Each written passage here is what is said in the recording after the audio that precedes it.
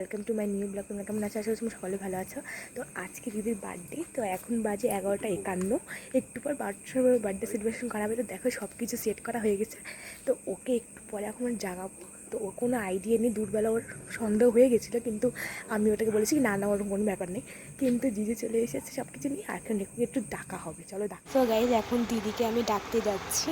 যে দেখো চাদর টাদর নিয়ে ঘুমিয়ে পড়েছে, ঠান্ডার মধ্যে ওর কাশি টাশি হয়েছে, ঘুমিয়ে পড়েছে। ওর তো কোনো প্ল্যানই নেই, ওই তো জানেই না যে ওর জন্য কত বড় সারপ্রাইজ করা হয়েছে। তো ওকে বললাম যে চল বাইরে ঝগড়া হচ্ছে। তো এসে দেখে যে তো প্রচণ্ড অবাক। দিদিও বললো হ্যাপি বার্থডে গার্ল। তো দেখো দিদি এখন 12টা বাজতে 1 মিনিট বাকি, তার আগে আমি ওকে হ্যাপি বার্থডে বলে দিয়েছি পাক্কা 12টার সময়। তো এখন সেলিব্রেশন করা হচ্ছে দেখো।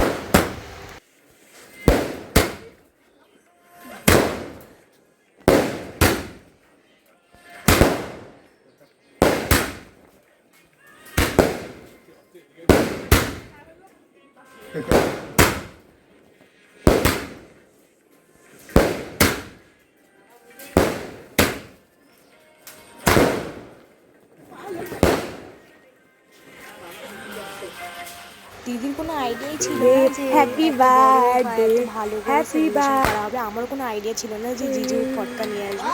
তো দেখো কি সুন্দর করে বার্থডে সেলিব্রেশন করা হলো। তো কারো কোনো আইডিয়াই ছিল না যে জিজু ফটকা নিয়ে আসবে। তো এটাও আমার জন্য সারপ্রাইজ। তো দেখো দিদি খুব খুশি। তো জিজুকে কেক খাইয়ে দিল, তো আমাকেও কেক খাইয়ে দিয়েছে, যেহেতু মা খাবে না কারণ আমাদের ছট পুজো মা উপবাস করেছে। তো দেখো দিদিকে জিজু কেক যেগুলো দিয়ে দিচ্ছে। তো দিদিকে জিজু দিয়েছে ফুল, হেডফোন আর চকলেট দিয়েছে। তো আমি বেশি ভিডিও করিনি, যেটা করেছি এতটুকুই করেছি। তো ভালো লাগলে অবশ্যই লাইক কমেন্ট সাবস্ক্রাইব করো। তো আজকের জন্য এতক্ষণ, দেখাবে নেক্সট ভিডিওতে।